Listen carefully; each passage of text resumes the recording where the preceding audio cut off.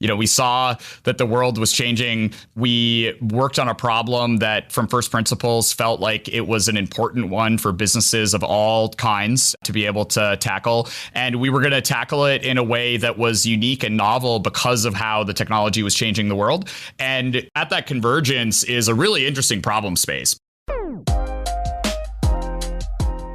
Hi, I'm Joubin, operating partner at Kleiner Perkins, and I'm excited that you're tuning into Grit. The goal of this is not for it to be a highlight reel of how successful my guests are, rather a candid exploration of how hard it is, both personally and professionally, to create, build, and scale world-class organizations. If you're a fan of the show, please subscribe, leave a review, and make sure to follow us on LinkedIn or Twitter. Thanks. What's an earnings day look like? What do you do for an earnings day?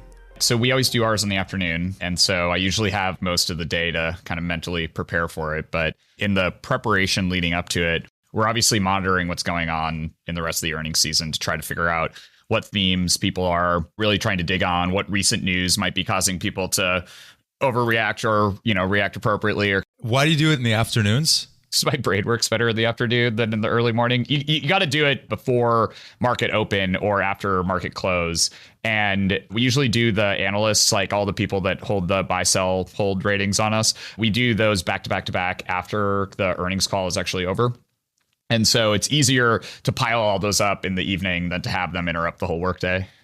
And I don't have any issue working arbitrarily late into the night. It's really getting things going in the morning that's harder. Stereotypes, I guess, exist for a reason. Like you're a technical engineering CEO. Like Aaron Levie, when I was talking to him, he's like, I got to be honest with you. I just kind of putter around in the mornings. Like my mornings are coffee, kids. It's like my brain is working really hard to start turning on. And that takes a long time.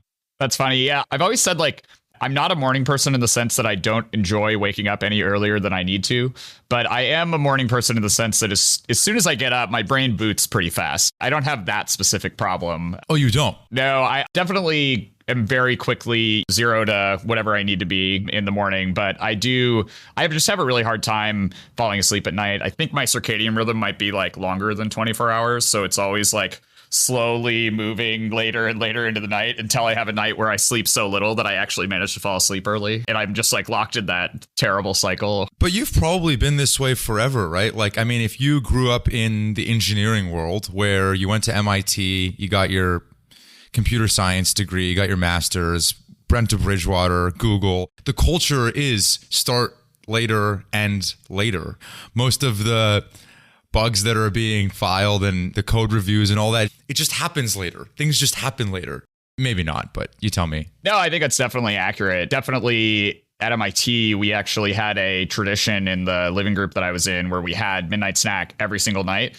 And it wasn't a end of the night thing. It was let's get some energy in the middle of doing homework, which was happening at midnight every night. And that was really normal. And, my work schedule at Google was similar. It's definitely been, I think, well-timed that I shifted from my normal engineering schedule where I would regularly work until the early hours of the morning because I was having a particularly productive night and I just didn't want to give that up. I think it takes a few hours to get into a good flow state when you're doing engineering. And I often found that to be most easy to do once most people had gone home, and I would really kind of get into the flow of things, and sometimes would get more done between midnight and 4 a.m. on a given night than I had all 3 days leading up to that point in that week or what have you. And those are precious moments of focus and productivity. It's a lot harder to do that when you have a family to go home to. So I'm glad that, that part of my career was certainly in my earlier years, and my schedule as a CEO is actually a little bit more predictable and reasonable for having a work-life family balance. Bill, I'm struggling. I mean, this is almost embarrassing to admit, but I'm going to bed so early right now, and it's obviously summer, that it's still light out when I'm trying to fall asleep. It's 8:30, 9 o'clock. I'm on this kick right now where I want to go to bed as early as I possibly can. My brain just doesn't work that well at that point. I'm just fried. And then, I can wake up at 5:30, and before anyone's even awake, I feel like I've chipped away at 3 hours or more of productivity. Yeah, no, it's just a good testament to how much we need to listen to our own body and make sure that we're following the schedule that works the best for us. I'm the exact opposite of that, but we can both make it work. We've literally switched our schedules. You're like just starting your work at 8 and I'm trying to go to bed at 8. Yeah, basically. You didn't start as the CEO of Braze. Can you give the 15 seconds? Like, what does Braze do for those that don't know? So Braze is a customer engagement platform, and what we do is we work with primarily B2C brands, and we integrate into their products and services, usually apps, websites, loyalty programs, connected TVs, connected fitness products. And through that integration, we are able to be a kind of a companion to the customer through their journey. So we're going to both be collecting data about how they're engaging with those products and services, or where they're not, they're on their way to churning, and then use that data along with all the automated customer engagement programs that our customers define in Braze in order to send messaging to them and help guide the customer journey in order to help do things like promote subscriptions, avoid churn, introduce people to new features, go through new onboarding, run promotions, provide transactional or informational messaging to people depending on what vertical we're in. We do that across a broad array of channels. So we can deliver on push notifications, email, SMS. We can deliver in product, be able to provide things like personalized inboxes, carousels, modals, being able to deliver surveys, really a wide array of different options to be able to communicate. And we do that to a pretty massive scale, to the tune of literally trillions of messages sent every single year, in excess of 10 trillion data points processed, annually, the last time that we reported that number. And so a really big real-time data processing engine that's able to make sense of that incoming flow of data from all that user activity and deliver the right experiences to people in order to help optimize their, experience of using the products and services of primarily, as I said, B2C brands, but across a lot of different verticals. And to the tune of about 500 million of revenue, growing a little over 30%, public company now. You started as the CTO and then obviously now are the CEO. Revisiting the point of your schedule, did your schedule change when you made the transition from CTO to CEO? Yeah, well, as I was alluding to earlier, it definitely became a little bit more normal, I would say, I guess, working more during people's normal working hours and a little bit less in the middle of the night. Although I will say, as the companies become more and more global, it's certainly harder to follow a normal kind of US work schedule as well. We actually do 44% of our revenue outside of the United States, and our second largest office globally is in London. And so when I wake up every morning, there's already been a lot going on in Braze globally. And then obviously, as you go to bed, Asia's already starting to wake up again as well. And so it really becomes a 24-hour operation starting on Sunday night, then, finally petering out like Friday evening. And it's really the work schedule at that point is one where you just need to put in place your own boundaries and work according to the time you need. And so when I was a CTO, we also didn't have as many customers and we didn't have the global offices. And so that was a little bit more choose your own adventure whenever you're most productive. Now my calendar gets defined a little bit more by what's going on with customers and events, things like this, and being able to be there with my team every day. Can I ask you kind of a weird question? When you wake up in the morning, and you might not answer this honestly, you might give me the politically correct answer, that's okay, and you're like reaching for your phone, knowing there's going to be a lot of texts and emails probably, and it's mostly going to be work stuff, especially if it's Europe and you're sleeping.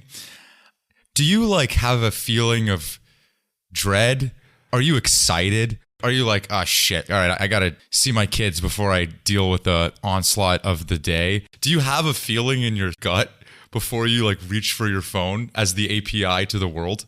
I think I'm an outlier in this actually, because I've heard more and more people talk about setting boundaries in the morning where they make sure they don't look at their phone for the first hour of the day or what have you. I actually use my phone as a tool to help me wake up in this, not like the alarm going off. Obviously, there's that too. But actually, when I pull it out and I read what's going on my phone, it engages my brain and it actually gets me out of bed. And, that's what keeps me from hitting the snooze button again, is to actually start engaging with my day. I don't know if it's excitement. It's definitely not dread. It's just kind of a neutral, I know that if I start to engage with what's going on, either in my work inbox or my personal inbox or what have you, that's what's going to wake my brain up and activate it and get me out of bed. I cycle to work every day. And as a cycling commuter, I also have this wonderful 15 to 20 minutes every morning where I'm on my bike and it's just me and my bike. And it's a particular form of shower thoughts, I think, that you get when you're a cycling commuter. And so I do actually try to be deliberate about what the last thing is that I let into my brain right before I get on my bike. Sometimes there's stuff that comes in that's like, working through just annoying things that come up in business all the time. I'd rather be thinking about an interesting R&D problem or, something where my brain can be creative versus how I'm going to draft a reply to something annoying that came in right before I left the house or whatever. And so I try to be cognizant of those moments where I'm going to be able to let my mind wander and make sure that the right ingredients are there for that wandering to be productive and, fulfilling. But I definitely in the morning, also use my phone as a tool to help just engage my brain and get myself out of bed and get started. Do you not listen to anything then when you're biking to the office? I bike through Lower Manhattan on my way to work. And so I definitely need all my senses engaged. I certainly love listening to music when I ride a bike, but I only do that when I'm really out in the middle of nowhere. Yeah, that makes sense. Do you think you're a better leader or engineer? It's an interesting question. One of the interesting things about, I get asked this question of like, do you miss being CTO a lot? Or do you miss building things? And like, absolutely, I do, miss building software. I miss being able to build things as an engineer. But one of the shared properties of actually being a business leader at a fast growing companies is very similar to being a technologist, which is that you're always building on top of new capabilities. In software, it's like new tools, new frameworks, new technologies. And then if you kind of look at that conceptually, what you're doing is that you're building new abstraction layers and you're bringing in new capabilities, and then you're composing those things together, and you're kind of constantly developing new capabilities on top of those things and then using those to go solve new problems. And that's exactly what you do as an organizational leader as well. And so I think I actually approach the job of being a organizational leader in much the same way that I approach the job of being a technologist, which is really thinking about the capabilities that we have, whether those are internal or external, and or we're, strengthening this muscle, practicing this skill, being able to put abstraction layers on things over time is exactly how we scale ourselves and how we scale our organizations. And then the way that we expand, in efficient ways is to be able to take new capabilities, encapsulate them, being able to compose them together, get more strength out of the combined whole, and be able to continue to use that to extrapolate into new problem solving. And I really enjoy that. And I think probably the strength that I have in that kind of systems level thinking and composable design and thinking through abstraction layers and such that, made me a skilled software engineer are also what really helped me as an organizational leader. Did you think you'd be a good CEO before you were a CEO? I knew that it was going to be an interesting challenge. And, the way that the company evolved, it was definitely something that I felt comfortable stepping into. I knew that there were going to be parts of the organization that I didn't have as much background in. And a lot of those are actually on the go-to-market side. But as a CTO, I had always been pretty multifaceted. I had the great benefit of having a second technical co-founder. So John Hyman, who's Braze's CTO today, was our CIO when we started the company. And so we were actually able to split technical responsibilities. And what that did is it gave me more bandwidth to be out in front of investors, in front of customers, out with the field teams. That wasn't my primary responsibility, but I had a lot of exposure to other parts of the business. And so that gave me the confidence to be able to dive into those other aspects of the business. But I also knew that I was going to have a lot to learn. And so I've always tried to be curious and humble about what things I actually am skilled at and where I'm not. I would refer to this as being cognizant of my own believability on various topics and try to instill that in our culture as well.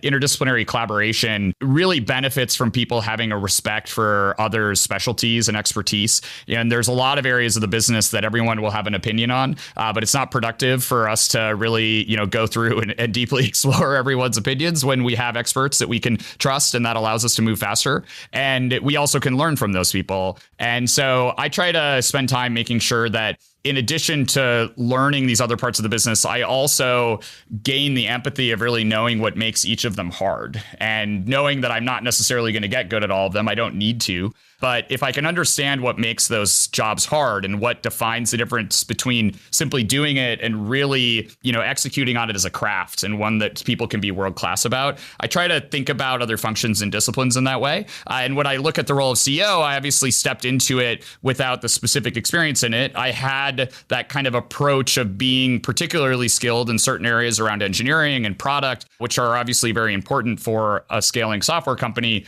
But I knew that I was a lot less experienced in other areas. And so I've dedicated a lot of my development as a CEO in really learning the crafts of others around me and assembling a really excellent team that I can trust in the areas where, I don't have the strengths. And also, frankly, in the areas where I do have strengths, because to the point about being able to have abstractions and be able to scale ourselves and our organizations, it's really important that we have people that we can trust to be world-class experts in their craft, not just in the areas where we have weaknesses, but also in those areas where we have strengths. What was the phrase you used? Cognizant of what? Cognizant of one's own believability. So how much should we trust you on a given topic? Meaning if you're the CEO that goes into a marketing meeting or a sales meeting and you start pontificating on X, Y, and Z.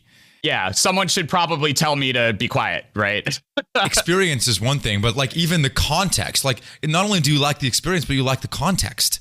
There's so much other context within that specific thing. Yep. No, absolutely. And I think also a lot of times it's that saying of knowing just enough to be dangerous, right, is kind of another thing that leads people into that, where you see a lot of times on a cross-functional team, people have strong opinions about what other people should be doing. And a lot of times it's the things that they're trying to advocate for are to them the intuitively obvious things that that person should or should not be doing in order to do a better job. And a lot of times I look at those and I'm like, man, if that's intuitively obvious to you without even having the context in the background, and this person is good at their job and has a lot of experience in it, obviously there's room, maybe they aren't good at their job. And sometimes that does happen. But more often than not, when you're in a high performing group of people at a fast growing company with a lot of people with great experience, if there's something that feels intuitively obvious that someone should be doing, they probably have already tried that or they are doing it. And there's actually a deeper story there about why simply doing that is not enough. And that's where I think it's really important that if you're going to engage in collaboration with another group and you're trying to problem solve with them, really understanding what makes their job hard, I think is such an important ingredient to that, because when you get a deeper understanding of that, you also then become a better partner because you know how, to use that term, how believable you are on the topic and how much your opinion, where you should rely on their expertise versus where you should feel convicted to pontificate on things. One interesting part is, to take a specific example, is often when engineering is kind of engaging with sales teams. And one of the things about engineering a software system is that if you want it to change its behaviors, you update the code and you can deploy it to 10,000 servers. And within 5 minutes, they're all following the new directions. When an engineer is engaging in a sales problem, they could look at a sales cycle and be like, okay, we lost this deal. And, we know that when we were presented with this question from the prospect, it was answered in this way. And that answer could have been done better, just to take a simple example. And you're like, well, the next time someone gets asked that, they just need to say this instead. And that's the equivalent of writing a patch for their behavior. But of course, you can't just roll out a patch to thousands of humans, all at the same time, and then also expect that patch to pick up all of the nuance of all the different ways that might happen over time and all the other aspects of it. There's also interesting things in sales cycles where, in an engineering system, if something doesn't work, you can actually usually do forensics and get all the way down to exactly what was broken and exactly what was wrong. But if you lose a deal cycle, sometimes you know why, obviously. A lot of times it's just a guess, but it's also to some extent an adversarial activity. You both have an adversary of your competitors, but also sometimes procurement isn't necessarily your friend. You might not be getting the whole story. You're acting with imperfect information. There's a whole bunch of other contexts that the buyer is using throughout their cycle. And so the problem space is very, very different. And to just use that as an example, until I think people with a technical background get involved in more sales cycles and they really start to understand that, they're not great collaborators in terms of how you can improve the sales process because they haven't really empathized with what makes it hard and how you actually can drive change and impact. But once they get that experience, they can then bring in their technical background and expertise, which of course is unique and valuable in those sales cycles, and help adapt it to really drive forward progress. And I think one of the major challenges of being a great business leader, being a great CEO, especially where you're sitting with responsibility sets across, by definition, all the different fields and disciplines and departments, that being able to make collaboration like that, not just smooth, but wildly productive and creative and innovative. If you get to that point, that's where magic really happens, because that's usually where the low-hanging fruit is to be able to drive forward really meaningful, tangible improvements, because they're almost by definition in areas where people weren't looking before, because they required a perspective and a deep understanding of multiple disciplines. I think it's really interesting, this idea of issuing a patch and comparing that to fix in a sales process. The challenge is, I think more about like UX in this way, meaning so much of this stuff, whether it's sales, marketing, or maybe even more broadly leadership, I probably, even in this podcast, like we'll spend an hour plus together, I will barely remember most of the words that you said. I'll probably just remember how I felt. I'll probably just remember the feeling that you gave me. And there's no clear articulation of a root cause of that feeling. In a UX, like I think Airbnb gets that really right. You just go on their website and it just evokes this feeling. And that, I think, has so much nuance to it. I think actually like the CEO, I think in many ways has to be the artist of that feeling across the entire organization. Does that make sense? I mean, I think it does. And I have actually been kind of chuckling at, as we've gotten to know how large language models work and how vector maps work more now, I think it's given us interesting analogies for understanding how the brain works with respect to that as well. And I actually just spoke on a panel yesterday and I was articulating this concept, and I had someone afterward kind of parrot it back to me, and they're like, I really loved what you said about X, but the way that they phrased it was totally different from what I said. And I was thinking, again, on my bike ride on my way back to the office after I did the panel, it's an interesting example where what probably happened there is, like, I said this thing and they mapped that back to a concept in their brain. And then when they pulled it back out to articulate it back to me, they hadn't actually stored the words that I said at all. They had mapped it back to that context or that feeling. And then they had to re-articulate it from that context or feeling back to me. And the spirit of the comment was the same, but the words had changed, and it had only been 10 minutes. And so that's a really interesting example. And we obviously see that as we're exploring how these large language models work more now.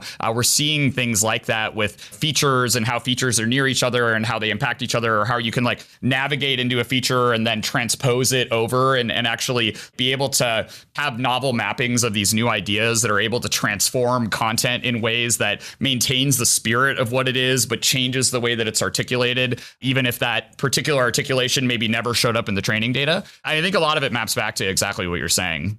Well, it's an interesting real life test case on understanding, meaning if you explained a concept with words and someone said that concept back to you with the same sets of words, wouldn't that also make you believe that if they could say the same concept back to you with different words, then maybe they have a deeper understanding of what it is that you were saying? I think that's right. Yeah. What's missing from those words would also tell you probably what parts of the idea that you were trying to convey got discarded as they went through the process of understanding it and storing it. Right. Totally. And then what comes out the other side, gives you that understanding. And how do you pull that thread across? Like, what thread were you pulling as it relates to these large language models? Like in your talk? I don't even think I was talking about Gen AI at the time. I've just been really fascinated personally with how, as I think we've been learning more about how the LLMs work and as they've been getting better, as an interesting consequence, there's a lot of discussion about whether they're approaching AGI. I personally have actually been getting a little bit less impressed with the human brain as we've been seeing what LLMs are capable of. There's like obviously a lot of things that we do as humans that are really, really impressive, and like artistic creativity. And there's like even just like the efficiency of how we store things and how we learn and so many other things.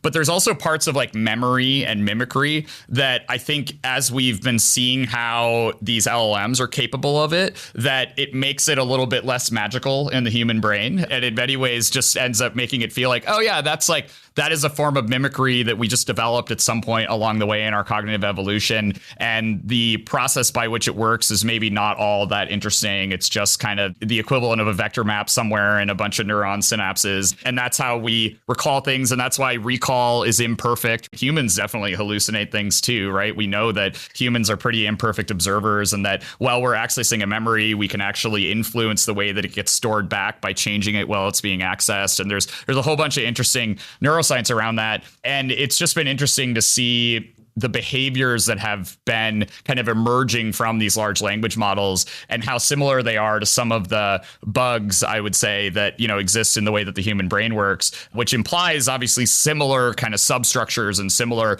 computation and storage concepts. And as it demystifies a little bit, I'm a little bit less like, oh man, the LLMs are like on their way to being full human, and more like, man, there's a lot of things that we do as humans that are actually pretty basic. There's a bunch of other things we do that I think are super, super advanced that it's going to take more than an LLM probably to be able to get to that point. I think there's probably still going to be more breakthroughs required. And I don't know what they are, right? But it seems to me, and this is obviously something that I'm not going to say with a tremendous amount of conviction because we don't know, but it does seem to me that the capabilities in LLMs will probably logarithmically approach some ceiling and not just exponentially take off. And we will probably need, another adjacent or orthogonal breakthrough to really get to another level of reasoning capability and original creativity capability and some of these other things that we see that are possible in humans. But I do think that we are also learning that there's a subset of things that humans are capable of that are probably not super advanced capabilities that exist inside our brain, and that we are demystifying them in interesting ways. Do you feel like, and again, like nobody knows, we're both just kind of like bullshitting here. If we knew, we'd probably be doing other interesting things right now. But do you feel like we're logarithmically hitting a ceiling due to data limitations, due to power limitations, or fundamentally like just this transformer architecture is only going to give us so much juice in the tank? I think it's more the latter would be my hypothesis at this point. Why?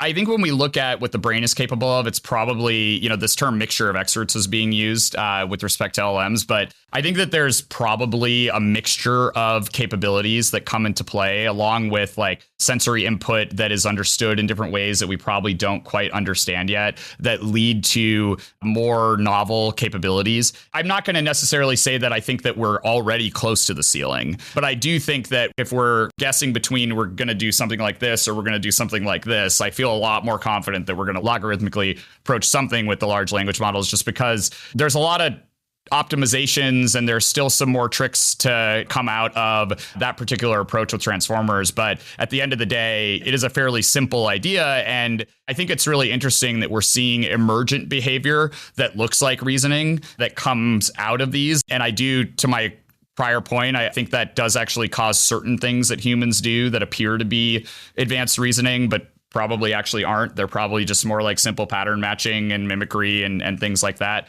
But I do think there are still other things that we seem to be capable of, at least, that need to go above and beyond that from an underlying capability standpoint, or they need to be able to combine together other things, whether those are the inputs that we get constantly or other aspects of how our brain works that we don't understand yet.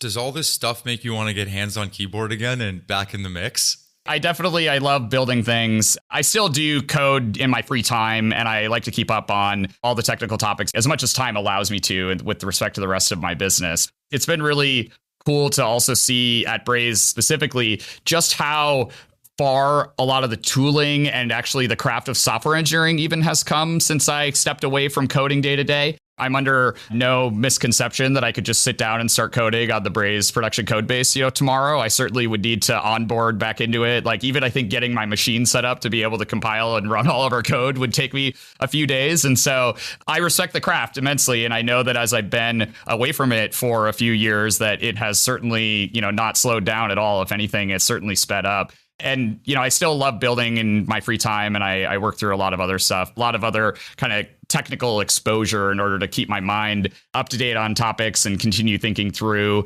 all these ideas like we're talking about right now. And I do miss building, but I also do love the challenge of building a fast growing global business from a business operations seat as well. When you started Braze, it was 2011. Was the iPhone out yet? Yep. So the iPhone was out. The App Store was out as well.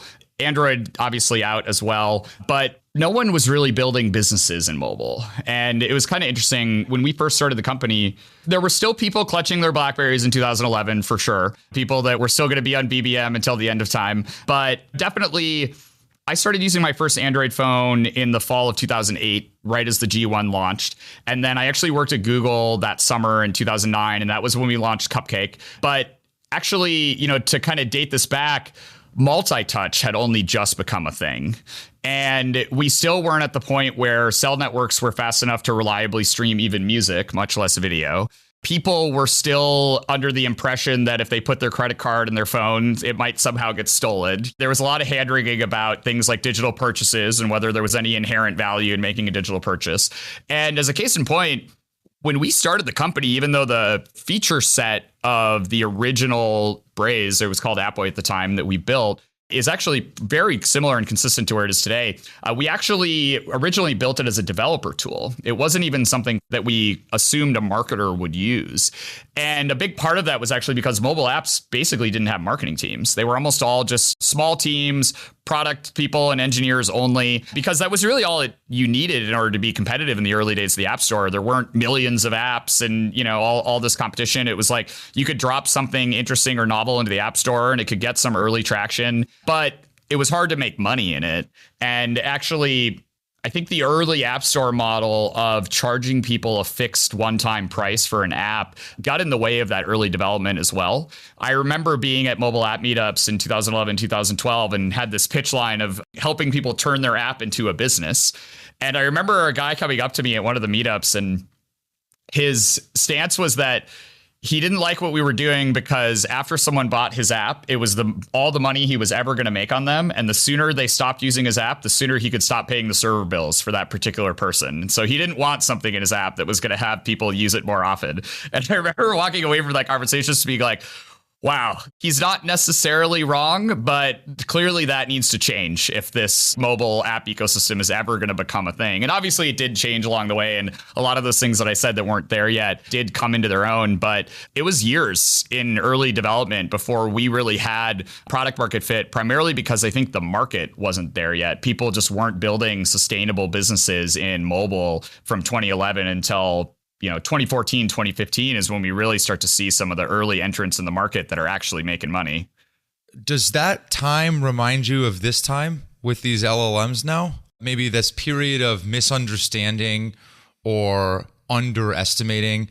I don't know if we're underestimating. Maybe we're underestimating 10 years, but I certainly think we're overestimating the next year or two. I don't know, like when you think about you running around conferences, first convincing people that the App Store was cool, then convincing people that there was a business model for them, then convincing people that, in fact, you were the right person to help accelerate that business. And, oh, by the way, that there's going to be a new persona within that whole ecosystem that you're going to sell to. Can you draw any parallels to like what we see today? There are aspects of the deployment of mobile that I think are unique. And, certainly between then and now, we've seen a lot of hype trains come and go. And certainly this latest one around Gen AI in particular has been arguably much, much larger even than crypto was, which kind of came along the way there as well. But one of the really important things about mobile, I think, is that it represented a step change in human history where we advanced to the point where we are all now instantaneously interconnected with everyone on the planet. And the deployment of mobile also was greater than any technology that ever came before it. From 2011 to like 6 years later, the mobile deployment of smartphones was arguably greater than any other technology, including clean water, grid electricity, including even literacy. To be able to read things on your phone is less widespread than the phones themselves, as we've gotten things like voice interfaces and people are able to kind of engage with the phone and learn how to use it without even necessarily knowing how to read. And we certainly see this in our children, but it's true as we spread it around the world. And so I think those properties of just bringing compute and communication and access to information to every single corner of the globe was just a fundamental change in how we organize our societies that we knew was going to be tremendously impactful to how we lived our lives and every day in business. And so I think when we look at the advent of agents and LLMs and some of the Gen AI developments, if they get to the point where they really can be useful human-like companions that engage with us every day, it seems like that first question of scale and deployment is already the case. Like certainly to the extent that these exist, they will be usable by everyone that has smartphone technology. And that's, fantastic. It means that all the advances that come into them are going to be deployed widely. And so then the next question is really where the capability level is going to get to. I think a lot of that remains to be seen, but a lot of those question marks that existed around mobile of like just how many people are going to have access to these, how many people are going to buy them, who's going to care, how much money are people going to spend on them. I think all of those questions are already answered for the Gen AI industry, and the business opportunity and the scale of it is definitely already there. And there's not these other stumbling blocks along the way that first personal computers had, and then the internet had, and then mobile had. We've now wired the entire globe. We've got compute in everyone's hands. Like it's ready to go. And then the last piece of the puzzle is capability. And so that's where the betting should probably be happening. Well, it's interesting because it seems to me that these phase shifts are very much intertwined and stack on top of each other. Like to your point on electricity, it took almost 50 years for a quarter of the population to adopt the power grid and take advantage of electricity. Then the next one was like the TV, which took like over 20 years. Then the next one was like the PC, which took over 10, 15 years. Then the next one was the internet, which took like 7+ years. And then you were a part of the wave on the mobile phone, which happened even faster. And then, we've all seen the graphs of like number of days, literally measured in days, that ChatGPT got to, 100 million users or whatever. I think even more important than that, which is that stat is kind of the time to get to a quarter of the world, is that smartphones actually got further than any of those other things you even mentioned. Like there are people all over the developing world who have solar panels with small batteries on their homes that are far from getting grid electricity, but they have smartphones and they have access to mobile internet. It's not just the time to penetrate, which certainly sped up, but actually the overall penetration and that is, I think, what made mobile interestingly very different from everything else in the world, is that these devices got produced at such scale at the sufficient price point and were so useful that they deployed more widely than any other technology ever has. And now, one of the amazing things about Gen AI on top of that is that it gets to deploy on top of the same platform. And so much like, we talked about the promise of the App Store, in that the App Store, when you were building a mobile app, even differently than setting up a website and e-com and everything else, like when you drop an app in the App Store, even today, you can process purchases and, over like 190, whatever the number of currencies are, there's part of the App Store on your first day. You don't need to have warehouses of distribution and trucks. You don't even need to have the ability to like understand or even know the names of all the different currencies and countries and populations that are going to all of a sudden be in your customer base. And that's an incredible asset as a business. And like one of the really awesome things then about advances that stack on top of that is they get to take advantage of that scale and that reach right out of the gate. And so, when I was running around, 10 years ago, trying to talk about the promise of mobile, I think that there were a bunch of dimensions to the skepticism that existed that we've certainly paid down. Now, a bunch of those around the scale and can this be a real business and can this be a business at scale? I think a lot of those questions got answered along the way. And that's a fantastic thing for entrepreneurs that are working in the space. And now it's a question of, can you bring capability that can really meaningfully do jobs that people need done, do it in a way that integrates into their workflows or into business processes and can do so reliably and at scale? We're going to have to work through answering those questions in the next few years. There's obviously this massive promise. There's then mapping that onto real business problems and real problems that we have in our life that we want to be able to solve with these new capabilities. And, I think that's where all the question marks are right now. How old were you when you started Braze? What, like in your early 20s? Yeah, that's right. You must have been shitting yourself. Okay, like from a venture perspective, there's three vectors that we would evaluate a startup on, right? It's people, product, and market, okay? And so here's Bill at 23, 22 years old with a mobile market that's clearly unproven and nascent, a product that was even arguably like wrong in some dimensions at the time for who it was going after. It was barely a product. And then a person who you went to college in 11th grade, like you obviously were spiking in intelligence, but like you don't have that much work experience. You must have been like, I just can't imagine that feeling. One of the benefits of youth is that you're kind of too ignorant to be shitting your pants. It is kind of funny, actually, when I look at, the smartphone units sold graphs, and they obviously went like this in the years afterward. And I look at it, I'm kind of like, man, I quit my job to start this company when we were on this part of the graph. In my mind, it felt like we were already on this part of the graph. But if I actually look at the data, it was like that was far from the truth. But I think just having that conviction that it was going to change the world in a really meaningful way was enough for me. And, all those other things that you just said, frankly, none of them ever really crossed my mind. We saw that the world was changing. We worked on a problem that from first principles felt like it was an important one for businesses of all kinds to be able to tackle. And we were going to tackle it in a way that was unique and novel because of how the technology was changing the world. And at that convergence is a really interesting problem space because you have this opportunity that only exists because of the rapid advance of technology. You're approaching it in a sophisticated and high-tech way. We really tried to work on a more advanced version of the problem, and we certainly still occupy that space in the market today.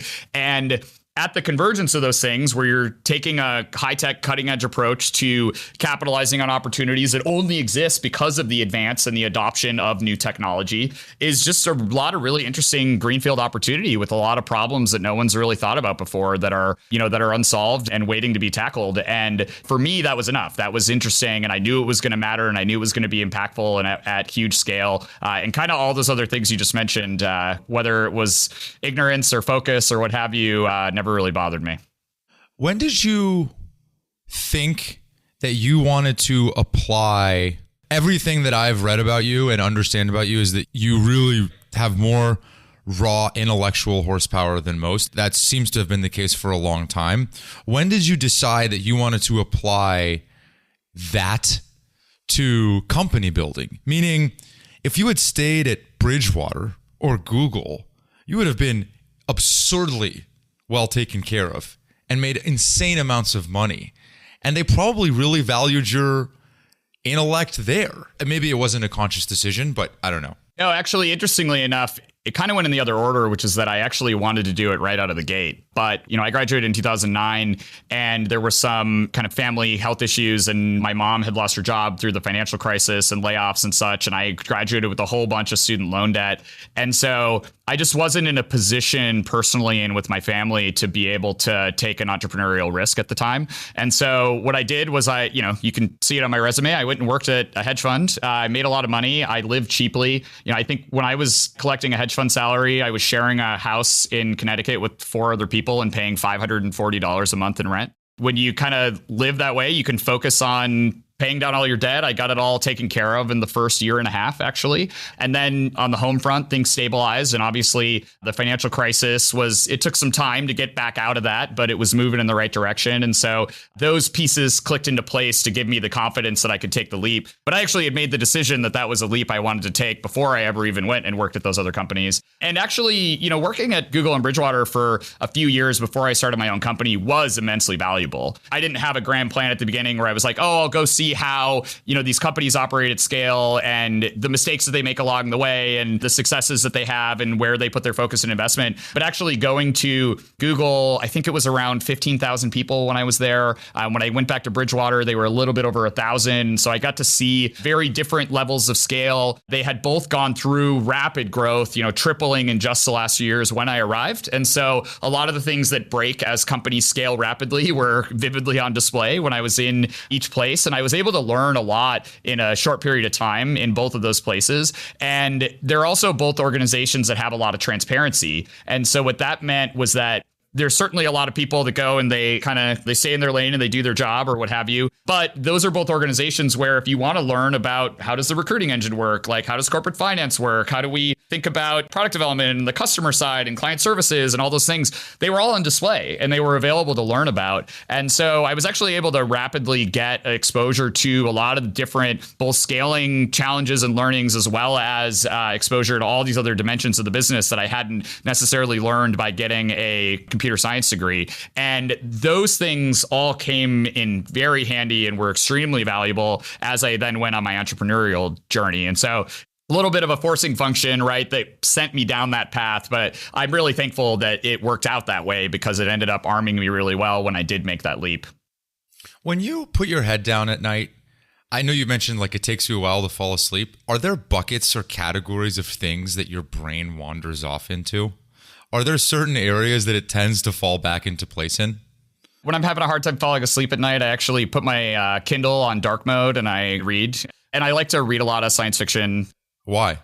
I don't really read a lot of nonfiction books. The number of business books that I've read in my life, I can count on one hand. But I just find all these different ways of inspecting and looking at the evolution of technology and humans and systems that science fiction tends to explore. I mean, to be really interesting and captivating, I think it really helps me actually with a lot of other parts of my job and my role as well. Fundamentally, it's entertaining and interesting to me, and it's thought-provoking. And I specifically like that approach, which tends to be a little bit more systems level in science fiction.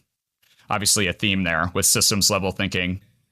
The way that I've heard it get explained, which I really resonated with me because I probably tend to read more of the like businessy type books, is that reading fiction helps you access a layer of your subconscious.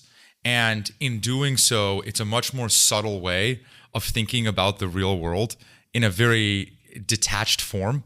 Whereas when you're reading like a book about Bob Iger building Disney, all you're doing is drawing like direct parallels and underlying and circling things that are like, oh yeah, like I should use this at Braze. And in many ways, like that's stress inducing, you know? I think it's not as adaptable, right? In every story like that, there's a lot of survivor bias. Also, the world is changing all the time.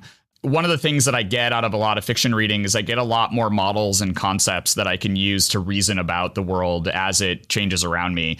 And I find that to be a lot more helpful when conquering, not to call all the challenges that we have novel, certainly history rhymes, and there's a lot of classic wisdom for the ages that is really beneficial. And in fact, a lot of the ways that humans behave and that humans operate in groups and what have you have been consistent since the beginning of time.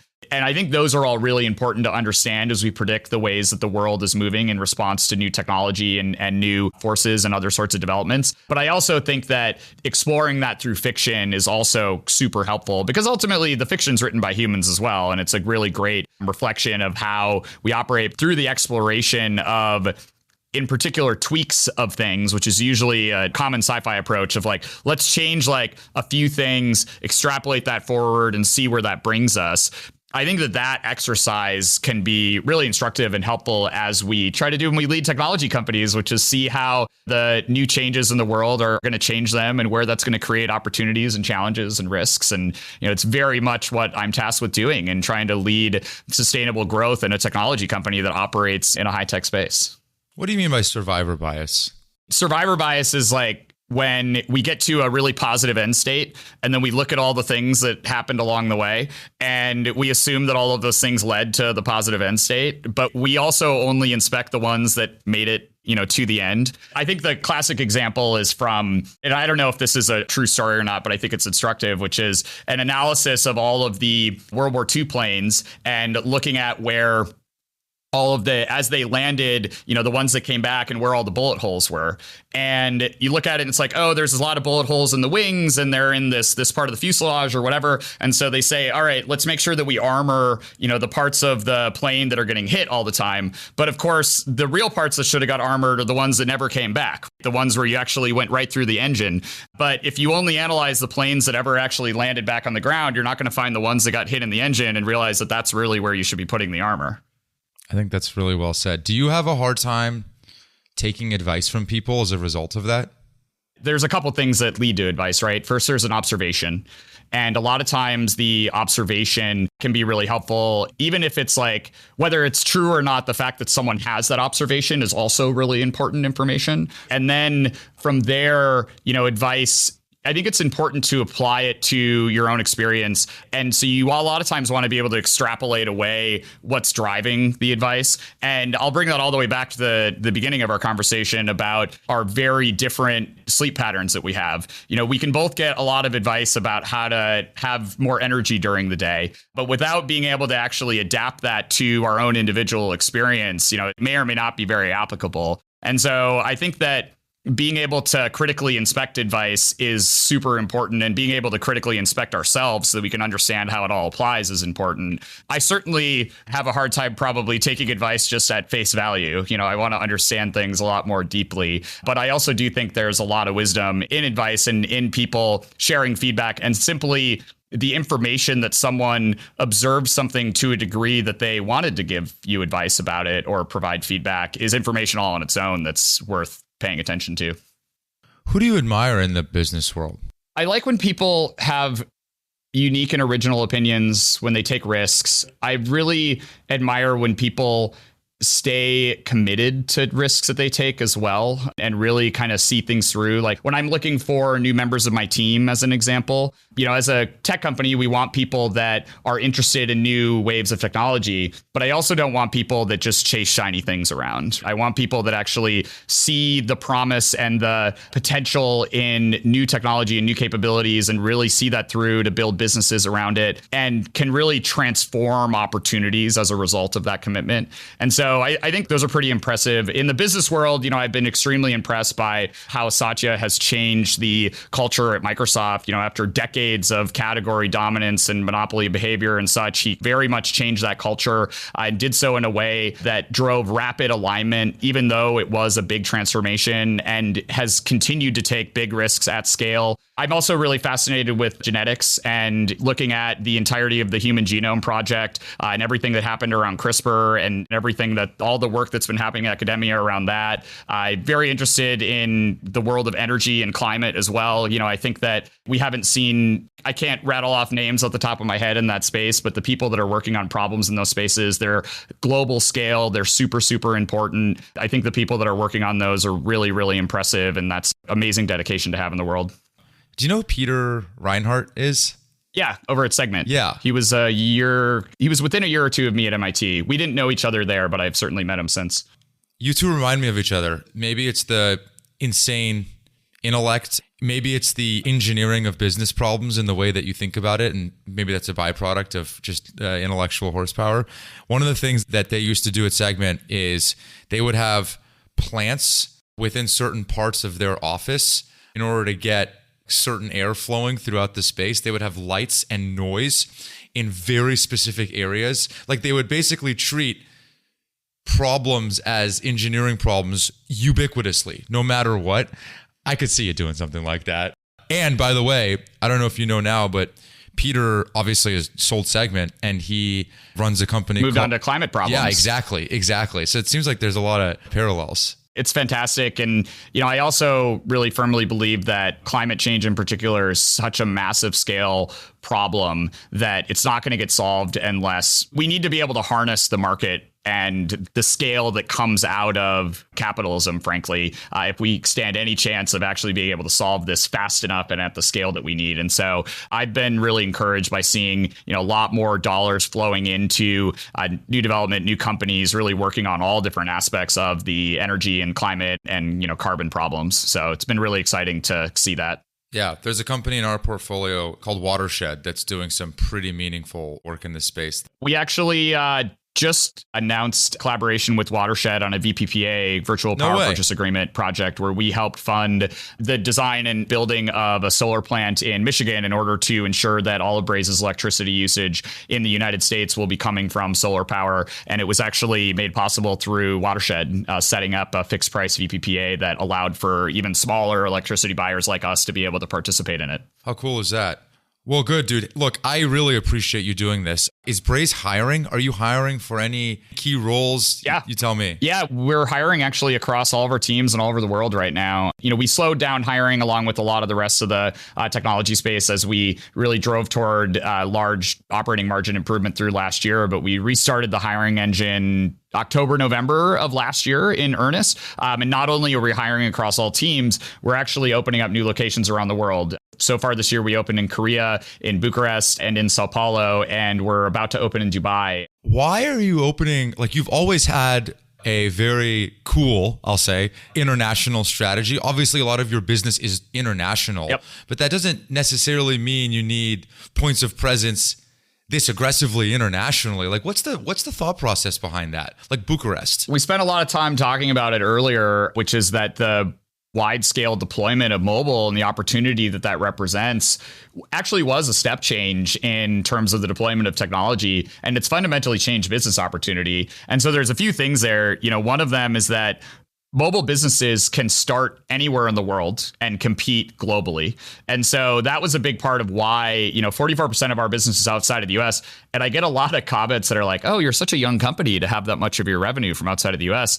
The funny thing about it is it's been in the 30s since we had customers, right? We've always had a global customer base because mobile always had global teams, and you could not only start anywhere and access a global audience, but actually you could start domestically around the world and much more rapidly expand into other countries and geographies and languages and locales and what have you, because the App Store gave you the distribution platform. And so I think fundamentally the nature of our business and our customers are already, the global spread of them is probably more important than in prior generations of software.